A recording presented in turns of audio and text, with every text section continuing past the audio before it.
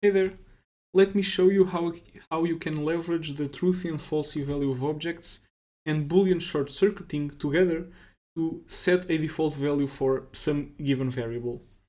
Now, if you don't know about the truthy and falsy value of objects or Boolean short circuiting, check below because I'll be linking to resources that explain them. But if you do, let me show you this.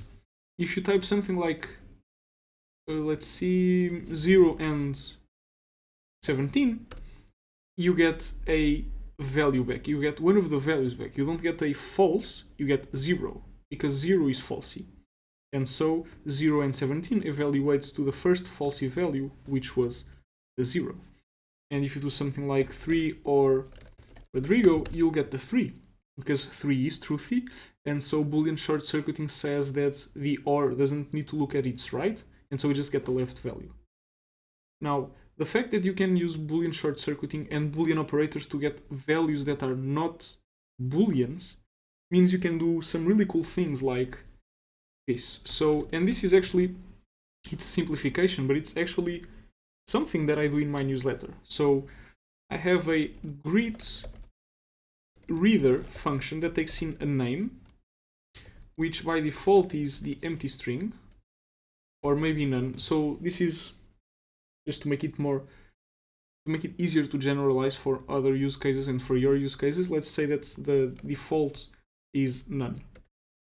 It would have worked with an empty string, but using none as a default value again makes it easier to generalize to other cases. Now, so the user might provide a, so I might call the function with a reader name, or I might call the function without any names, in which case name equals none. So now what I want to do is I want to use the value none as a falsy value to create a default value that's something I can greet. So I want to do something like to greet equals name or there. And this string will make sense in a bit. So what's written here is the variable to greet will be assigned the value name or the value there if nothing's in name. So that's how I read this. To greet is name, or it will be the string there if there's nothing inside name. And now what I can do is print an f string, hey, to greet.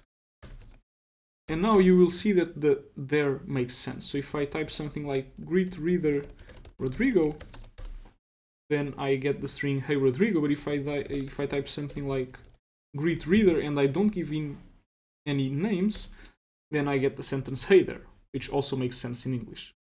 And the key here is I'm using the OR operator to pick between a value that was provided by the user, which will be on the left, or in case there was nothing, a default value. And so this pattern shows up a lot. It's going to be something like variable equals user provided value or default value. And so this is something that you will see often, especially when you have default values set to none to an empty something inside functions. Now, I hope this made sense. I feel like I just rambled a bit. If this didn't make sense, just let me know below in the comments, and I'll also link to an article where I show you how to use this with a couple of other examples. All right? See ya.